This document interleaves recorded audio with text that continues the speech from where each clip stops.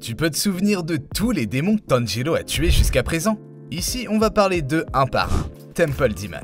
Je ne sais pas si ce type compte parce que Tanjiro ne l'a pas vraiment tué, mais parlons quand même de lui. Tanjiro et Nezuko l'ont trouvé une nuit alors qu'ils cherchaient Urokodaki. Tanjiro a senti l'odeur du sang et s'est précipité vers un temple où le démon avait déjà tué 2 hommes. Le démon a essayé de l'attaquer, mais Nezuko l'a sauvé en lui donnant un coup de pied dans la tête. Le corps et la tête ont continué à se battre séparément, mais Tanjiro a réussi à coincer la tête contre un arbre avec une hachette, puis a tiré le corps du haut d'une falaise. Il a failli tomber lui aussi, mais a été sauvé une fois de plus par Nezuko.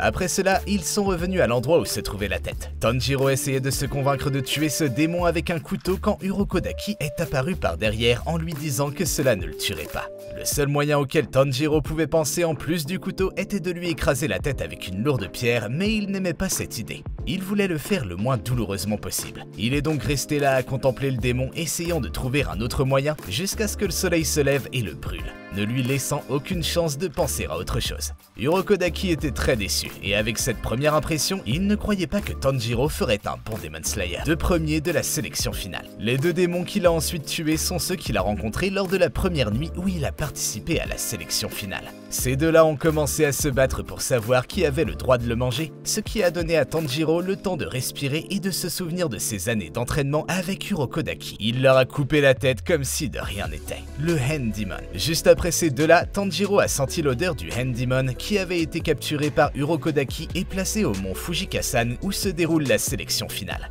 Bien sûr, il détestait Urokodaki pour l'avoir emprisonné là et savait que ceux qui possédaient un masque de renard comme Tanjiro étaient ses élèves et qu'il aimait donc particulièrement les tuer. Au début, ce démon pensait que Tanjiro serait une cible facile, mais il a réussi à esquiver toutes ses attaques puis à voler vers son cou et à le couper sans grand effort. Au cours de la sélection finale, Tanjiro a essayé de demander à tous les démons qu'il a rencontrés s'ils savaient comment transformer un démon en humain, mais il n'a jamais obtenu de réponse. Nous l'avons officiellement vu en tuer 3 autres, alors ajoutons-les au compte. Le Swamp Demon. Ce démon a été sa première mission après son retour de la sélection finale. Il n'était pas facile à attraper parce qu'il pouvait créer des flaques d'eau qu'il utilisait comme une sorte de portail vers une dimension semblable à un marécage. De plus, ce démon était capable de se diviser en 3 clones. Avec l'aide de Nezuko, Tanjiro était capable de le tuer tout en ne laissant pas exposer les gens qui étaient avec eux.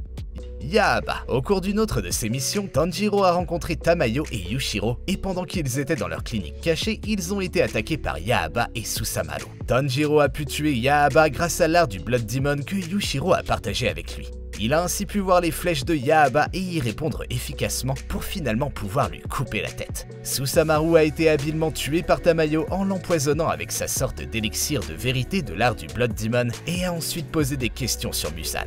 Une fois que Susamaru a prononcé son nom, elle a déclenché la malédiction que tous les démons ont, à l'exception bien sûr de Tamayo, Yushiro et Nezuko, qui les tuent s'ils prononcent ne serait-ce que le nom de Muzan. Susamaru ne compte donc pas. Kyogai. Quand Tanjiro part pour sa première mission avec Zenitsu, ils entrent dans le manoir de Kyogai et, grâce au pouvoir d'un des tambours de Kyogai, ils finissent par se perdre l'un et l'autre et doivent combattre certains démons par eux-mêmes. Tanjiro a dû se battre contre Kyogai, l'ex-démon de rang 6 le plus bas. Il était déjà blessé, mais il a réussi à trouver un moyen de survivre aux attaques de Kyogai et de lui couper la tête. Spider-Mom. Tanjiro et Inosuke ont mis au point un plan et travaillé ensemble pour vaincre le cadavre du démon que la fausse mère de Rui avait comme l'une de ses marionnettes. Même avec l'attitude agaçante d'Inosuke qui dit qu'il n'y a pas moyen que tu sois meilleur que moi. Même si le démon était déjà décapité, je dirais que c'est au moins une demi-mort. Après avoir vaincu le démon décapité, Inosuke a jeté Tanjiro au ciel. Il n'a pas compris pourquoi au début, mais il a senti l'odeur de Spider-Mom et grâce à elle, il a pu l'approcher d'en haut et la tuer avec gentillesse. Lorsque Tanjiro s'est rendu compte qu'elle recevait son destin littéralement à bras ouverts, il a changé la forme de son attaque pour une forme beaucoup moins agressive. Il a remarqué qu'elle préférerait mourir plutôt que de continuer à vivre avec sa famille absolument saine et pas du tout toxique. Je ne compte pas du tout le Spider-Dad parce qu'il ne s'est battu avec Tanjiro que pendant quelques minutes avant de le projeter à nouveau dans les airs. Cette fois, c'est vers la partie de la montagne où se trouvait Rui que Tanjiro décide de rester et de s'occuper de Rui en premier. Inosuke cependant mérite vraiment d'être applaudi pour avoir survécu à Spider-Dad. Il a fait tout ce qu'il pouvait pour le vaincre et a vraiment vu sa vie passer devant ses yeux et serait mort s'il n'y avait pas eu Giyu qui est arrivé au moment exact pour le sauver. Et il n'a pas tué Rui non plus. Pendant un moment, on a tous cru qu'il l'avait fait, même Tanjiro. Mais Rui a été très malin et s'est coupé la tête avant que Tanjiro ne le fasse. Après l'arnaque, Rui a failli avoir Tanjiro, mais une fois de plus, Giyu est arrivé avec son mouvement d'être calme et a coupé le cou de Rui comme si c'était du beurre. Enmu. Cela ne compte pas, mais Enmu lui compte bel et bien. Apparemment les Demon Moons ont l'habitude de faire croire aux Demon Slayer qu'ils ont gagné en leur coupant la tête et en revenant juste après pour leur lancer des attaques absolument folles. Au sommet du train, Tanjiro a coupé ce qui semblait être la tête de l'homme de rang inférieur juste après avoir essayé de le piéger dans un cauchemar dans lequel sa famille lui disait des choses très blessantes. Il savait que sa famille saine et gentille ne lui ferait pas ça. Il est donc devenu furieux et a tué Enmu. Mais il révèle ensuite que son corps est désormais intégré à l'ensemble du train. Le cou d'Enmu étant gigantesque, il semblait impossible de le couper. Non seulement cela, mais il devait aussi se battre contre l'art du Blood Demon d'Enmu et l'immense quantité de bras et de chair qu'Enmu utilisait pour se défendre. Heureusement, Tanjiro était accompagné d'Inosuke. Ils ont réussi à exposer les os du cou d'Enmu, mais ce dernier s'est immédiatement rétabli et a augmenté la puissance de ses attaques. Il utilisait maintenant ses yeux du sommeil inconscient forcé. Mais grâce à la tête de sanglier d'Inosuke, il était pratiquement immunisé. Un petit avantage pour l'équipe. Il a laissé les os du cou exposés à nouveau et juste après est arrivé Tanjiro avec son Inokami Kagura et a réussi à les couper.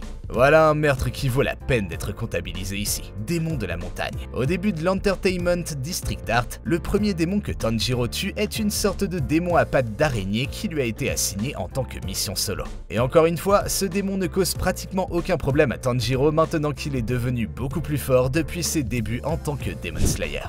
Gyutaro. Vous vous souvenez que les Demon Moons aiment faire croire aux Demon Slayer qu'ils ont gagné et qu'ils utilisent ensuite leur pouvoir à l'extrême? Eh bien, les 6 du rang supérieur ne font pas exception à la règle. On le voit lorsque Tanjiro empêche Nezuko de manger des humains et que Daki apparaît avec son effrayant visage brûlé, prêt à attaquer. Tanjiro ne sait vraiment pas quoi faire, mais Tengen apparaît et le sauve en coupant la tête de Daki avant qu'elle ne l'attaque. Honnêtement, cette histoire était tellement facile qu'elle ne m'a pas vraiment convaincu. Et j'avais raison, son frère Gyutaro sort de son corps, fait un discours sur l'envie qu'il a de la perfection de Tengen et le combat reprend. Zenitsu et Inosuke vont derrière Daki pendant que Tengen et Tanjiro combattent Gyutaro. Au début, c'est Tengen qui combat Gyutaro sous les yeux de Tanjiro. Mais au bout d'un moment, la performance de Tanjiro dans le combat s'est améliorée au fur et à mesure qu'ils se battaient. On aurait dit qu'ils étaient en train de gagner, mais lorsqu'Inosuke tente de s'enfuir avec la tête de Daki, Gyutaro le poignarde dans le dos et à partir de là, tout semble aller de mal en pis. Tanjiro croit que tout est perdu et Gyutaro alimente cette croyance en soulignant que tous ses amis sont pratiquement morts et en disant qu'il n'a aucune chance contre lui. Tanjiro n'abandonne pas et met au point un plan pour essayer de lui couper la tête. Il échoue, mais les autres se remettent étonnamment sur pied et commencent à se battre à leur tour. Tengen fait face à tout ce que Gyutaro lui lance. Il a réussi à coincer Gyutaro et Tanjiro s'attaque directement à sa tête. Il n'a pas assez de force, mais il se met en mode Demon Slayer marque pro et lui tranche le cou juste au moment où Zenitsu et Inosuke coupent la tête de Daki. Enfin, il les tue. C'est vraiment un combat qui m'a tenu en haleine tout le temps.